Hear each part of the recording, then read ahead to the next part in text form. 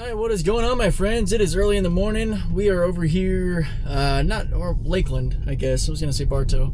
We got a customer ride, and we will see how it goes. Started your day? No, I've been at it for a while. Oh, yeah? My day technically started around 3 a.m. Oh, man. Not with this specifically, but... Okay.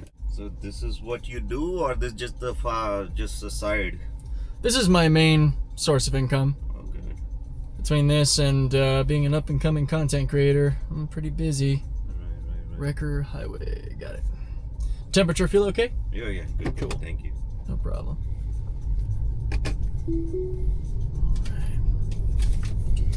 Yeah, I have some car issues going on from the weekend. The person who is fixing it is always like adding a 1 day. Oh no.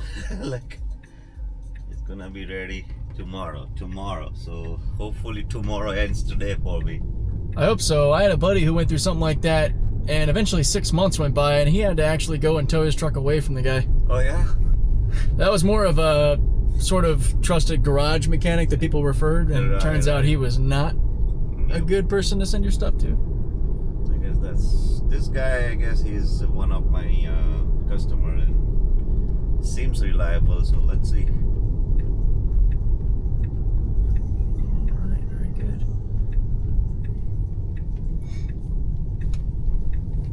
Yeah, I know it's never fun to have to worry about your car, especially with how much we use vehicles to get around. Oh yeah. We don't really have the best public transit. Huh? So we don't really have the best public transit. Yeah, and you know the Uber definitely helps, but it's still expensive. Yeah, oh yeah. You cannot be on this every day. Yeah, over the years I've bumped into a couple of people that pretty much have to use it as their main source. I'm like, man, that's a lot more than a car payment. Absolutely. If you add it all up.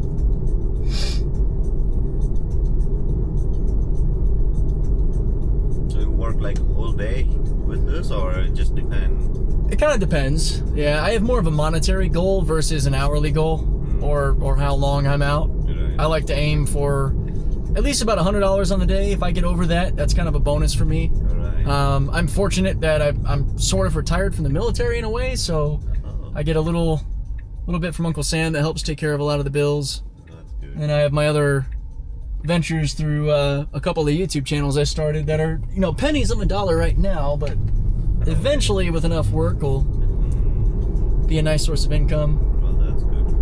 And this helps get the content. What are you doing on YouTube, like as a YouTuber? So I do a couple of things now. My main channel is focused on Tesla self-driving technology. That's why I have the action cameras in here, because they capture the car driving itself. Because most of the time, the trips that I do with customers is completely autonomous. The car is able to handle it. So I collect data on how it performs in different areas, what might cause it to disengage or cause problems. And my audience likes a mix of, people reacting to a self-driving car, as well as, just getting the objective, more scientific approach to self-driving versus some people that, say it's terrible, or some people say, it's perfect. I'm like, no, it's good. Here's what's actually happening. There you go. Look at that. But yeah, it's pretty amazing. And I'm technically kind of outdated because my car's a bit older, and the newer cars have better cameras, better computer, and actually a whole software branch ahead of me in version 13. I'm still on version 12, like the rest of us who have the older cars.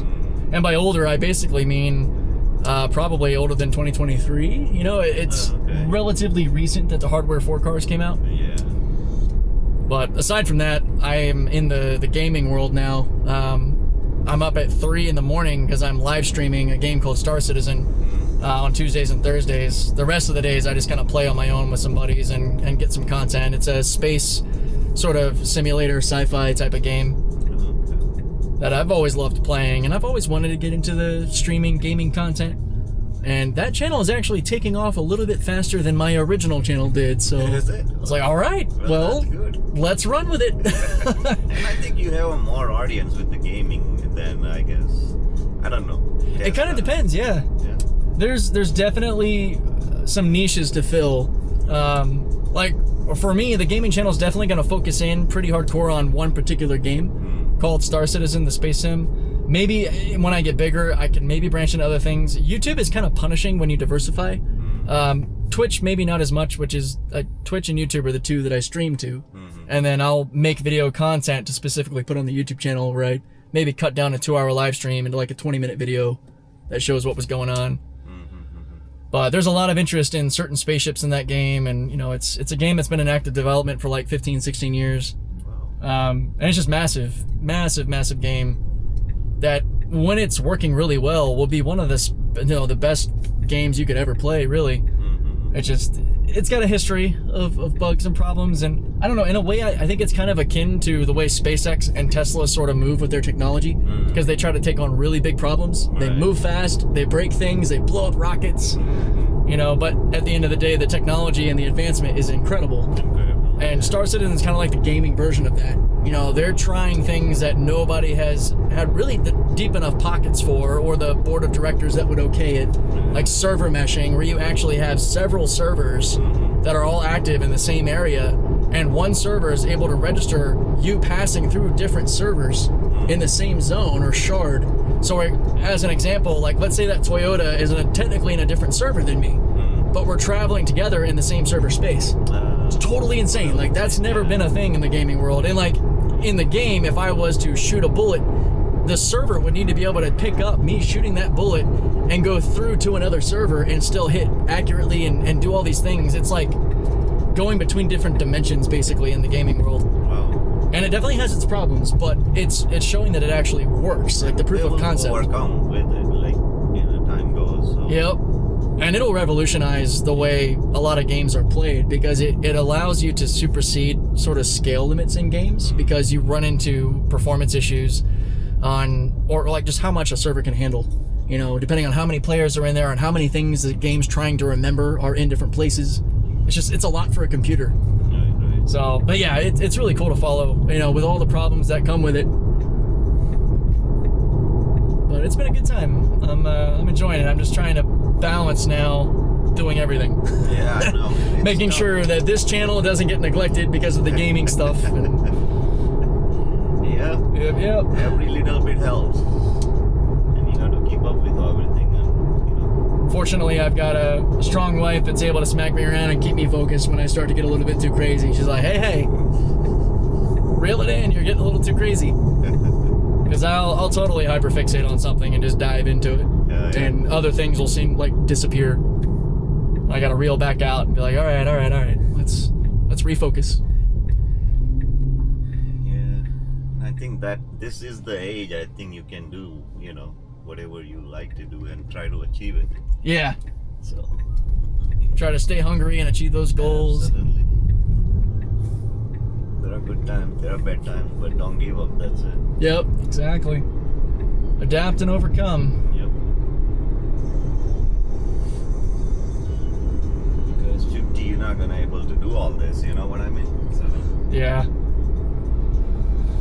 Yep. I'm happily a couple of weeks back into the gym too. Now working out with my father again, which is cool, because you know, for the last decade I actually have been in California, because I was out there in the military, and you know, 10 years went by. Wow. So now when I'm back here, you know, we're back to also trying to, you know, keep our health and fitness in check and work out, train, eat right. That way we can enjoy life as long as possible. Absolutely. Still feeling good at 50. He's in his 50s and still a beast. Oh, yeah? I struggle to keep up with how strong he is. It's crazy. Well, that's where you're gonna get your inspiration, though. Yeah, yep. It's definitely a motivating factor, that's for sure. Absolutely. How's the ride felt for you so far? So you know, far, as so a good, man. as a self-driving car. It's pretty competent now. Yeah, It's I have my friends that's like almost everybody has Tesla. Oh yeah. Oh, yeah. Y model though. Yeah, my wife has a Model Y. Yeah. That's actually what I'm getting next, which will kind of bring me into the newer car So with the better is this computer. not the as compared like a Y? This is like how long say it, like Y is a little bit upgraded model than this, or this is like the Different platform, I would say. Upgrade depends on your perspective, because it's a crossover, like an SUV. It's a little bit bigger.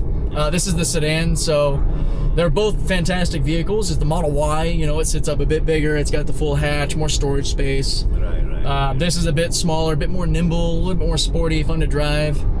Oh. for what I do. This controller is like your gaming controller. Oh yeah, well this is aftermarket. I put this in. Oh, you did? Yeah. Oh, okay. Yeah, these got pretty popular because for a little while the Model S and X came with what's called the yoke style. It got mixed results, you know, because it was the only option. So people were like, okay, what if we don't want the stupid looking yoke? You know, what if we like a regular steering wheel? Which I understood. Now it's an option with the S and X. You can choose a yoke or a steering wheel, like or a traditional wheel, which is cool. But I got bit by the bug. I wanted to experience it, and they had some aftermarket ones. So they take the core of an actual Tesla steering wheel, and then they just change the outside. And yeah, I put it in, and I've loved it. I won't be doing it to my next one because they've integrated a lot of the controls into the steering wheel. And honestly, I really love how the new steering wheels feel. It's really nice. But I've enjoyed it on this one. Yeah, all the steering wheels now have a nice kind of pear-shaped performance feel to them, and the material feels really nice. Tesla's definitely gotten better at manufacturing. Like if you get into the new Model 3 or you get a chance to try out the new Model Y, you can see how they've matured. You know, a night and day difference in their production quality, and I mean noise reduction too. Like this car is not too loud, but when you drive one of the new Teslas, this car sounds like the windows are down. Yeah, it's incredible. Right. Yeah, because I experienced with the others. Yeah. Like my wife and I both basically have the first generation run of the two cars. I missed a couple of the improvements. Like I have this kind of lame flip door here, whereas the new ones have a nice slide set up, just better put together. And of course, the new Model Y I'm going to get will have the upgraded self-driving software. Sorry. Yeah. They charge you every month, right? Or it's a package thing? Yeah, it depends. So if you bought it outright or factored it into your loan, then it's just part of your payment. But that's like you actually own the self-driving. Right. What I do, because I didn't have those resources, I actually do what you're mentioning. I do a monthly subscription. Right. It's about $100 a month now, which for what I do is easy. You can choose which month you want. Yeah, you can cancel it anytime. Yeah, and when you buy it for the month, you have it for the whole month. And if you don't want to continue, then you can just cancel it before the next, because it will auto debit. Right. And if it can't debit your card, it'll just turn it off for the month, and you can turn it back on. There's no real penalty. And for me, that's been great. I mean, $100, that's nothing for what I'm doing driving around. A day with Uber can cover that, so it made a lot of sense for me. Absolutely. I'll probably not buy it outright with the new Model Y as well, just because I want to get the performance Model Y, so it'll probably toward the upper limit of what I'll likely get approved for a loan. And the extra $7,000 or $8,000 on top of that. To me, I'd rather just pay the $100 a month, personally. Yeah, absolutely. It's really been no issue. And I know some people will argue that, like, yeah, but over time, you'll end up paying more through subscriptions than owning it. And I was like, yeah, but that'll take a long time. $100 a month to hit $7,000 or $8,000. Maybe by then I'll be YouTube famous enough to just be able to afford a Cybertruck or whatever. Absolutely. You know, I try to keep it realistic. Good luck with that, man. Yeah. I'm sure you will do it. That'd be cool. I mean, the inspiration for the channel name was all about doing Lyft in a Cybertruck. That's why it's called CYBRLFT. But I started it early when we were getting access to the self-driving software, because I just wanted to jump in, you know, and as some of the channels that help people start channels said, you just got to hit record. If you keep waiting and trying to come up with a better idea, you'll never start. Yeah. So they're like, hey, your first videos are going to be embarrassing, they're going to suck, but guess what? You're going to get better at it. That was start somewhere. Yep, exactly. Just go ahead and start. Yep. You know, take feedback from whoever does take the time out of their day to watch your videos and make it better. How many subscribers you have now? On my main channel, I'm about to hit 12,500. Wow. So it's starting to grow again, which is nice. The gaming channel has actually doubled from about 40 up to, or a little over double. I'm about to hit 100 on that one, which is kind of cool. I'm in no rush for that to really grow fast. A lot of time. What's kind of nice is I've never really had the mentality of like chasing subscriber or view count. I just want to make the most fun product I can for my audience, and it'll just grow. I got really humbled by the idea early on from one of the channels that help you grow, which is that when you're thinking about how many followers or subscribers you have, just take a second and imagine you're in a room with all your subscribers. Like all these people came here to see you. Yep. Now think about that. Even if it's 50 people in that room with you, they all came to see you. And that changed my perspective right from the beginning. Like, I think that's the good way to look at it. Yeah. That's just like more motivational for you. Yep. Yep. It's surreal when you start to get into a couple thousand and you start to get to a point where you can't quite keep up with the comments. Because I like to engage with people. I want to reply, and because I know how it feels when a content creator acknowledges me that I love, that I'm following, and I want to be able to give that to as many people as I can. I can tell there'll be a time when it's just going to be hard to keep up with all of them that come through. You're not gonna have that much time, like when you are so busy. Yeah, I'll do as much as I can. Even like here and there, Yeah. About 40 or 50 a day. That will make them happy. Yeah, totally. Yep. It's been a good time. I love it. I've enjoyed the growth process of like actually editing and making something, and I have a lot of things with it, Yeah, and you definitely gain a respect for the amount of work that goes into a lot of the content that we may view from bigger channels, and just the production quality, the time, the effort that goes into it, because it's a monster. Oh yeah. Well, it's fun. It's not something I ever expected that I would do or really enjoy, but I mean, yesterday I spent the whole day working on about 4 videos. You see that red light, right, bud? That's way too late. Yep, I'm taking over. That's not great. What happened? It's red, and it was not slowing down. So I'm going to report that back to Tesla. System was failing to recognize red light until I had to get on the brakes late. Okay, so that's actually going to go back to the Tesla team. You felt how hard I had to get on the brakes, because that's extremely rare. I don't know if it's the glare of the sun that maybe blinded the camera from seeing that traffic stop, but those are one of the things that I test for. That's the risky part of it, though, right? Yep. Like person who just believes everything gonna be. Yeah, I always let people know, like, you can't get complacent. Even as good as the technology is, Absolutely. It still has its issues. Yeah. And it could be the glare from the sun. I might need to wipe down my windshield. I do notice I see some swirl marks from where maybe some fog. So I might need to do a little cleanup, some maintenance, because the kind of foggy windshield can cause the light to refract and probably blind the camera a little bit. All these little things, because there's 3 cameras on the other side of this housing that are looking forward. So you drove 332,000 miles already on this? On this, that's kilometers. I like the metric system. So it's a little over 200,000 miles, 332,000 kilometers. Oh, kilometers. Let me see if I go into my display settings real quick and shoot it over. Yeah, 206,000 miles.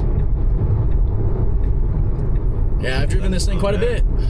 Got it brand new in 2020, and how many times did you change? You take a left here. Yeah. What do you? Come on, bud. You're better than this. There you go. He's having a tough morning. I'm gonna hit the camera for that. Oh, now he's going all the way over. Oh, he's okay. He was thinking. He's thinking a little too much. Is the sun really in your eyes that much? Your face? It's got to be that lower sun, which is surprising. This is why I love doing this, though, and why I love catching it on camera, because I can show people what's going on. Ooh, there's a beautiful R1S. Oh, yeah. The Rivian.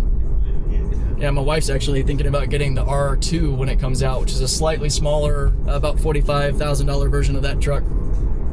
She's excited. Pretty though, like. Yeah, it's nice. Yeah. I love those things. So how many times did you change the tire? I go through tires a lot. I have finally found, so I have a background in automotive, mechanics, tires and such, and I like shopping around and experimenting with the different tire brands. And these tires so far are holding the record. These are Nitto Motivos, and they're over 40,000 miles, which is really good, because the original Michelins were barely getting like 18,000 miles. Yeah. But I've got a couple of brands now. The Road Huggers, which are an off-brand of Kumo, I believe, the BF Goodrich, and the Nittos are all 40,000 plus mile tires for way less money. Oh, yeah. The Road Huggers only cost me about $580 for a set, which is amazing. It's probably what I'm going to put on next. What's the name again, you said? Road Hugger. The tire itself was the GTP AS/02, but Road Hugger. It's a generic brand, kind of like General Tire, right. But it's a great tire. I went through 2 sets of those. They were both under $600, and they both got about 40,000 miles. And it rode just like this. I will say these are probably the quietest set and the toughest. I've hit some potholes that made me think I was going to have a blowout, and it survived. Because sometimes you hit a pothole and you just know, and I'm immediately going to my tire pressure, and I'm like, oh, we're holding, holy cow. They're not the best in wet weather, though. They are quiet, they're fun on dry roads, and they're tough, but in wet weather, they're a little bit more slippery. Not like dangerously so, but noticeably different. You can Yeah. notice that. But just to spit off a random number, I'm probably getting close to 8 to 9 sets of tires. Maybe kind of close or climbing up to 10, because I've had some one-offs, potholes or debris where I've had to swap out like a pair or two. But tires are pretty much the only maintenance expense I go through. That's the only expense you have, I guess. And since I shop for tires that aren't, break the budget, like $1,400 Michelins, it's not really that bad. Yeah. These Nittos are a bit more expensive than the others, but it was $776 for a full set, which that's really not bad. Yeah, it's a half a price. Yeah. I was gonna mess with the Sumitomo brand next. Mhm. Is this right? Should we go in this way? Or? Yeah, you're right. Okay, You gotta keep cool. going. But I think since I'm trying to get the new Model Y. No, not here, not here. Oh, not here? No. All right, switch. Yeah, it was Keep going straight. so it had a detour default route. There we go. Now we're correct. Sorry about that. Good catch. It's alright. But And how about the battery? Like it's so I did kill my battery. Because back when I was living in California, I couldn't charge at home, so I only supercharged, and I was working during COVID, so I was supercharging 3 to 4 times a day. Left of this one. not here, the other one. One more. Yeah. One. Yeah. So at 137,000 miles, I did kill a battery, and it basically Tesla said it was because all I did was supercharge, and it ran through about 830 or so cycles, and that battery just couldn't take it anymore. That was an $8,000 repair. The car had earned me about 150,000, so as a business asset, it really wasn't bad. And Yeah. I basically had a new car at that point, Right. and I'm on the replacement battery now. I'm about 50,000 miles into this battery. So it cost you how much, the new battery you The said? new battery on its own was about 7, and then I had a few other things done, so the full service ticket that day was about 8,100. Okay. But I kind of knew that was likely going to happen, so I planned ahead. I set that money aside. Yeah, it's right there, next to the pharmacy. Gotcha. Katie's pharmacy. You can just leave me here, that's fine. Okay, cool. It's been really fun chatting with you. Oh, yes, sir. Thank you very much for all those good information. Yeah, my pleasure. So I can decide now what to do with the Tesla. Yeah, and the batteries now are a lot tougher than they were. Oh, yeah. And charging at home, I probably would still be on my original pack. Yeah? Yeah. Thank you, my friend. Yeah, man. You have a good one. You too, buddy. All right, so that was actually a fun little eventful ride. I'm probably going to prioritize getting this video up on the channel. I don't know if this camera actually died or if it just gave me a low battery warning, so we'll see. I love how well the Osmo's been performing. It's been great. These cameras are kick-ass. Hopefully GoPro fixes their stuff because Osmo is killing it. And we saw a couple of issues on this ride. The red light was a problem. I do think it was the low sun. I probably do need to also kind of maybe wipe down my windshield a little bit. So that is a critical failure because I had to get on the brakes and not run that red light. So, it is what it is. It's going to happen, man. Don't let it bother you guys too much. That is why we do the hard testing. That's why we give the feedback to Tesla. This is a hardware 3 version 12.6.4 car. Take all the caveats you like with that. But hey, you're going to get the objective facts from me when it comes to this stuff. But a really fun ride, a really good conversation about all kinds of things. Let me know what you guys think down below. I will catch you in the next one.